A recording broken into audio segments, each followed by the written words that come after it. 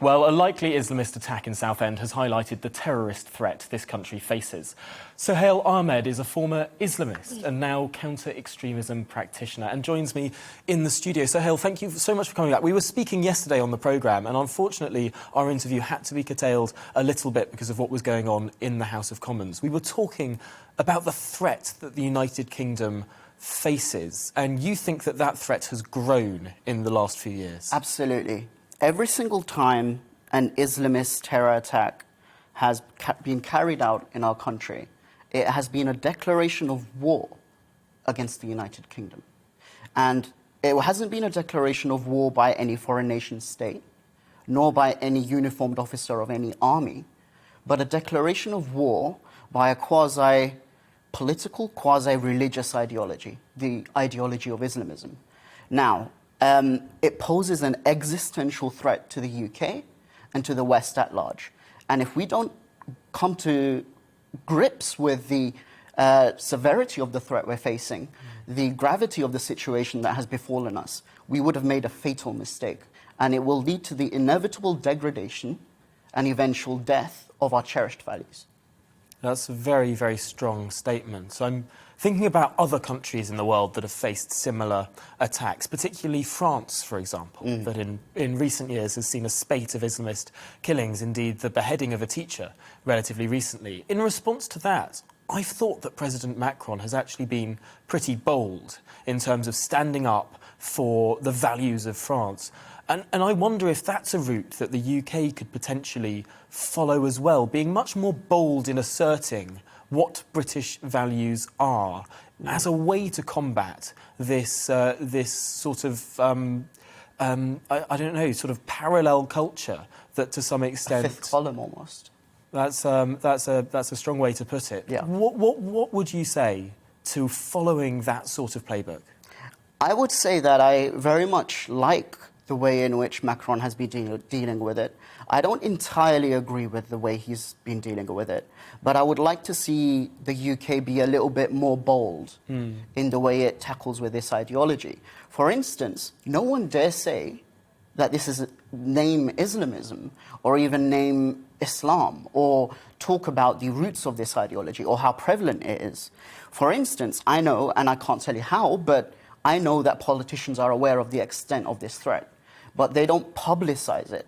And the reason why they don't publicize it is because somehow they're afraid that white native Britons are somehow going to rise up and lynch every Muslim on the street. Now, I don't know about you, but I find that incredibly insulting. The British people are reasonable.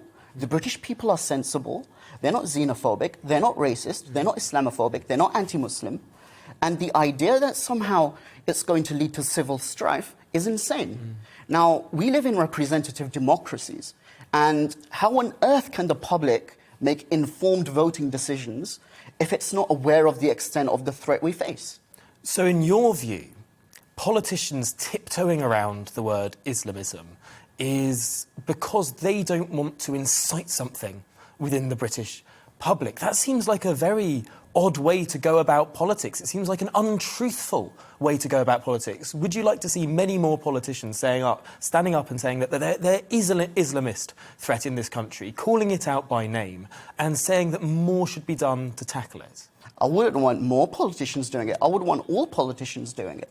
The fact that this is so prevalent, in my Islamist days, when I left and did a complete 180, I realized that it wasn't just me who was thinking along those lines. There were a lot of other people, and that terrified me. And that's why I'm doing the work I'm doing now. And there's a bit of a liminal space here between those who sort of are very sort of fundamental followers of a faith, and at what point do those people get sort of turned into actual radical Islamists and potential terrorists? Is there an intervention point where something could be done to stop this conveyor belt? What I would firstly say is that the majority of Muslims just believe that Islam is about being peaceful and being nice to your fellow human. And with them, I obviously have no problem. It's why I consider myself to be a cultural Muslim. But there's two other factors. There's non-violent extremism and there's violent extremism. Yeah. Now, somehow just people think that being against violence is evidence of one being moderate. that's a mistake. Just because someone's against violence doesn't mean they're moderate. For instance, if a far-right person said something incredibly racist and they weren't violent, everyone would obviously, talk about how they were bad and censor them even. But when an Islamist preaches, say, anti-Western views or preaches against non-Muslims, we don't do the same thing. There's a double standard at play. Now, the non-violent extremists, they create the environment that allows the violent extremists to grow and fester.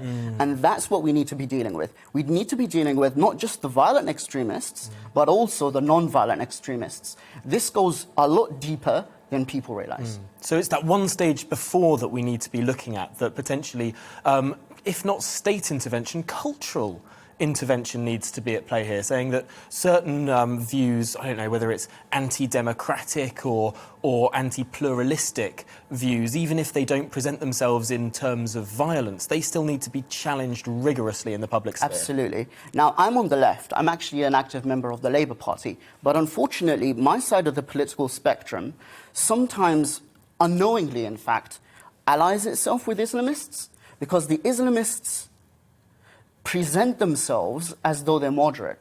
And sometimes the far left buys into it and they give them credence. For instance, Islamist groups that have done apologetics for terrorism, like MEND, they've been invited into parliament and have advised government.